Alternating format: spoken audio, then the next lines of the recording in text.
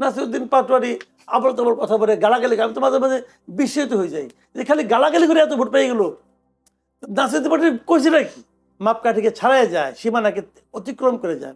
মামলা হতেই পারে, মামলা করছে, খুব ভালো হয়েছে। উনি প্রমাণ করবে যে উনি অসভ্য না, আবার ওনারা প্রমাণ করবে না আসলেই সে অসভ্য না। অশান্তি শান্তি এটা কিন্তু ভালো লাগে না। ভালো লাগে না কেন? আপনি শান্তিতে থাকতে পারবেন না আপনার কারণে, তার সঙ্গে আমাকে অশান্তি করার সঙ্গে এটা সম্পর্কটা কি? আপনি জুলাই সনদ থেকে এইটুকু নিবেন এইটুকু নিবেন না, এটা আমরা চাই না। আমরা যে অ্যাজ এ হোল প্যাকেজ হিসেবে আপনি কি নিলেন বলেন, তারপরে আমরা আলোচনা করবো। মাসুদ কামাল, আজকে নাসিরউদ্দিন পাটোয়ারি তার বিরুদ্ধে মানহানির অভিযোগ তুলে মির্জা আব্বাসের বিরুদ্ধে, মির্জা আব্বাস তিনি মানহানির অভিযোগ তুলে তার একজন হয়ে মামলা করেছে নাসিরউদ্দিন পাটোয়ারির বিরুদ্ধে। নাসিরউদ্দিন পাটোয়ারি অবশ্য এর আগের দিনে একটা ঘোষণা দিয়েছে, আমাদেরকে অশান্ত করলে আপনারাও শান্তিতে থাকতে পারবেন না। তিনি একটা বক্তব্য দিয়েছেন। নাসিরউদ্দিন পাটোয়ারির বিরুদ্ধে মামলা এবং নাসিরউদ্দিন পাটোয়ারির বক্তব্য দুটোকে আপনি যদি মূল্যায়ন করতে বলি কি বিশ্লেষণ করবেন? দেখেন, মামলা হতেই পারে। নাসিরউদ্দিন পাটোয়ারির বিরুদ্ধে মামলা হওয়ার মানে সুযোগ আছে। উনি অনেক কথাবার্তা বলেন, এরকম উল্টোপাল্টা কথাবার্তা বলেন। তো সমাজে না এই ধরনের পলিটিক্যাল লিডার থাকে সবসময়। তো সবাই তো এক ধরনের না।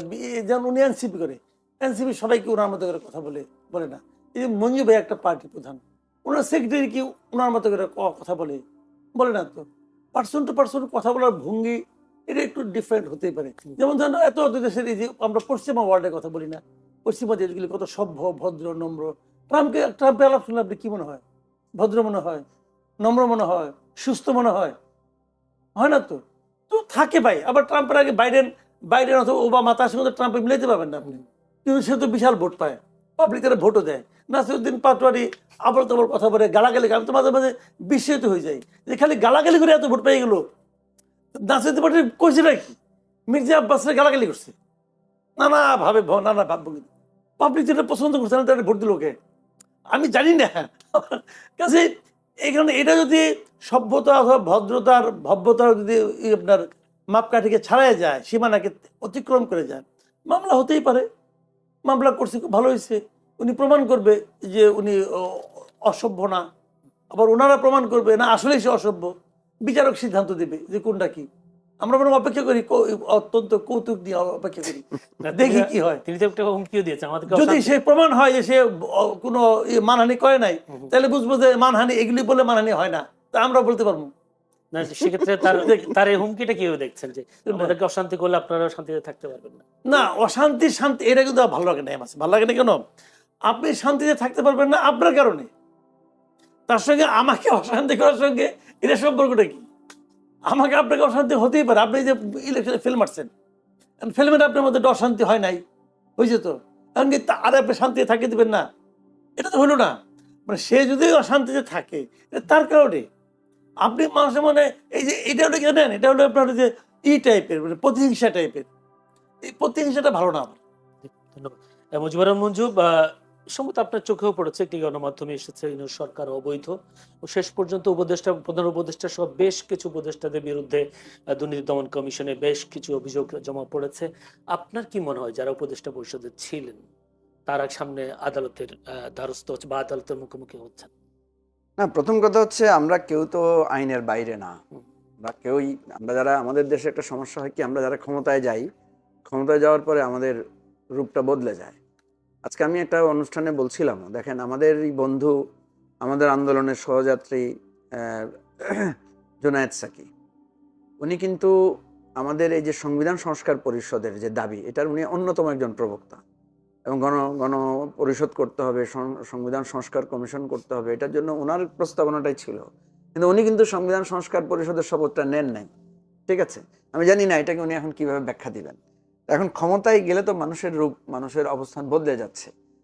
আমাদেরও ভয় লাগে যে আমরা যদি কোনোদিন, আমরা তো ইলেকশনে জিতি নাই, এটা একটা দিক ভালো, যদি কখনো ওইরকম চেয়ারে বসি তাহলে কি আমরা কি নিজেদেরকে ধরে রাখতে পারবো কিনা? ক্ষমতা কি এতই খারাপ একটা জিনিস? তো সুতরাং আমাদের উপদেষ্টা পরিষদে যারা ছিলেন, ব্যক্তিগতভাবে আমি এদের বেশিরভাগ লোককে চিনি, এবং এরা, আমার কাছে মনে হয় না যে এদের অধিকাংশ দুর্নীতিবাজ। দুর্নীতির কথা আছে, দুর্নীতির প্রমাণ কিন্তু আমরা এখনো কারো ব্যাপারে পাই নাই। আমার কাছে মনে হয়েছে তারা দুর্নীতিবাজ না এজ এ হোল, তবে তারা ইনএফিসিয়েন্সির পরিচয় দিয়েছে, যথেষ্ট অদক্ষতা অযোগ্যতার পরিচয় তারা দিয়েছেন। তারা অনেকগুলো ভালো আলোচনা, আমাদের প্রস্তাব, এগুলো তারা শোনেন নাই। রাজনৈতিক দলগুলোকে ঐক্যবদ্ধ যেটা তারা করতে পেরেছিলেন, সেটার একটা গুড যে ফলটা তো ফ্রুটস তারা রিকভার করতে পারতেন, সেটা তারা করেন নাই। বিশেষ করে ছাত্রদের যে অনৈক্য, এটার জন্য তারা কিছুটা দায় তাদের মধ্যে আছে, এবং ছাত্রদের বিরুদ্ধে যে অভিযোগগুলো এসেছে এগুলোর ব্যাপারেও সরকার দায় এড়াতে পারে না। আমি মনে করি আইনগতভাবে যদি কারো ব্যাপারে কোনো প্রমাণ থাকে, তথ্য প্রমাণ থাকে, অবশ্যই আসা উচিত, যাতে ভবিষ্যতে কেউ ক্ষমতার অপব্যবহার করতে না পারে। জামাত জোটে তো আপনারা আছেন, সংরক্ষিত আসন পাবে, হয়তো জামাত 13টা পেতে পারে, সব মিলে জামাত জোট। আপনারা কোন আশ্বাস পেয়েছেন কি? না, জামাতের সাথে আমাদের জোটটা হচ্ছে নির্বাচনী জোট। আমরা নির্বাচনের জোটে ছিলাম।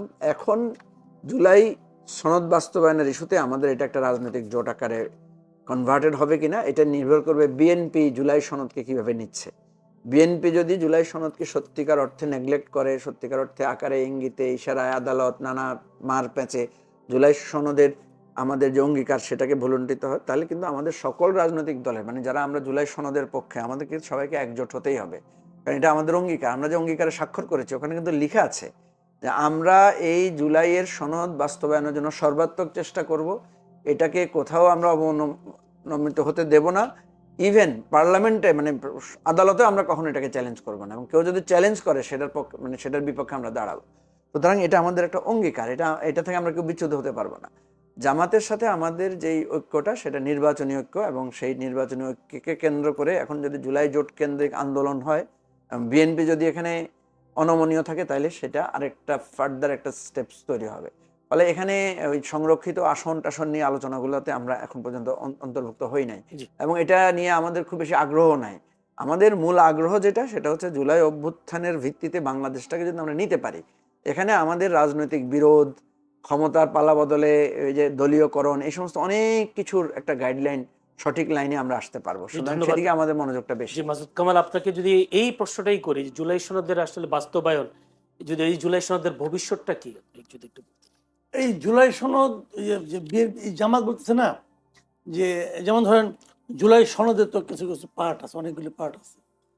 যেমন বিএনপি বলতেছে যে আপনার ডেপুটি স্পিকার আপনার কাকে বানাবেন, নাম দেন। ডেপুটি স্পিকার বিরোধী দল থেকে হবে, এটা তো জুলাই সনদের আছে। তারা অভিযোগ করেছে লিখিত কোনো তারা প্রস্তাব দেয়নি, মৌখিক বললো, তারাও মৌখিক দিতে পারতো, না দিয়ে তারা একটা মৌখিক উত্তর দিছে। সেই উত্তরটা কি, যে আমরা জুলাই সনদটাকে একটা প্যাকেজ হিসেবে দেখি, এই প্যাকেজ হিসেবে না হলে আমরা নাম দিব না। এটা হলো জামাতের মৌখিক বক্তব্য। তার মানে আপনি জুলাই সনদ থেকে এইটুকু নিবেন, এইটুকু নিবেন না, এটা আমরা চাই না। আমরা যে অ্যাজ এ হোল প্যাকেজ হিসেবে আপনি কি নিলেন বলেন, তারপরে আমরা আলোচনা করব। এই যে জামায়াতের বক্তব্যটা, এটা হলো জামায়াতের একদম পলিটিক্যাল স্ট্যান্ড। এই বক্তব্যের উপর ভিত্তি করেই তারা কিন্তু ওখানে শপথ নিছে যে আপনার সংবিধান সংস্কার পরিষদের সদস্য হিসেবে। কিন্তু আমার ধারণা হলো তাদের এই স্ট্যান্ড আসলে তারা আলটিমেটলি বাস্তবায়ন করতে পারবে না। মানে জুলাই সনদ as a whole, as a package, সেটা বাস্তবায়িত হবে না। এটা এখন ক্লিয়ার হয়ে গেছে, হবে না। এই কারণে এটা বাস্তবায়ন, এটাকে আপনার পুরো সনদটাকে বাস্তবায়ন করার জন্য তো সংবিধান সংস্কার পরিষদ একমাত্র করবে। তো তার মেম্বার হিসেবে তো 213 জন শপথই নেয় নাই, মানে 212 জন বিএনপি আর রুবিন ফাহানাও নেয় নাই। 213 জন তো এটা শপথই নেয় নাই। যদি শপথ না নেয়, তাহলে আপনার 77 জনের ভোট দিয়ে এটা পাশ করতে পারবেন না, এটা সিঙ্গেল মেজরিটিও হয় না, তাহলে তো হবে না। কাজে জুলাই সনদ অ্যাজ এ প্যাকেজ, এর ভবিষ্যৎ অন্ধকার। আমি এটা বাস্তবতা দেখি না। যে জিনিসটা হবে বলে আমার ধারণা, সেটা হলো কি, ওই 31 দফার সঙ্গে জুলাই সনদের অনেকগুলি মিল আছে। যেগুলি মিল আছে তারা সেগুলি নিবে, বাকিগুলো তারা নিবে না রে ভাই। যেগুলি তারা নোট অফ ডিসে তো নিবেই না, নিবে না, এবং এগুলো হবে। যে কারণে এটা আলটিমেটলি কদ্দূর কি হবে আমি জানি না। যেমন আমার জুলাই সনদের সবচেয়ে আমার আগ্রহের জায়গাটা ছিল হলো আপনার উচ্চকক্ষ, এবং সেখানে পেয়ার পদ্ধতিতে। এটা আমি ব্যক্তিগতভাবে আমি এটা পছন্দ করতাম যে এটা যদি হইতো উচ্চকক্ষ হবে, পেয়ার পদ্ধতি হবে না। পেয়ার পদ্ধতি না হইলে উচ্চকক্ষ অর্থহীন হবে, এবং সেটা আর বাড়তি কিছু খরচ বাড়াবে। তার জন্য আলাদা একটা বানাবেন, একদম এটা হলো কি ওই যে আপনার ওই মানে ওই মহিলা এমপিদের মতো অবস্থা হয়ে যাবে। এটা এরশাদের 30 সেট অলংকার, এটা 100 অলংকার হবে। জি জি, ধন্যবাদ ভাই। এটা কথা দর্শক, আমাদের হাতে সময় একেবারে নেই। দুজন আলোচক, বেশ করে Mujibur Rahman Manju, chairman AB party, Masud Kamal senior সাংবাদিক ও কলামিস্ট, দুজনকে অসংখ্য ধন্যবাদ আজকের এই অনুষ্ঠানে প্রাণবন্ত আলোচনা করবার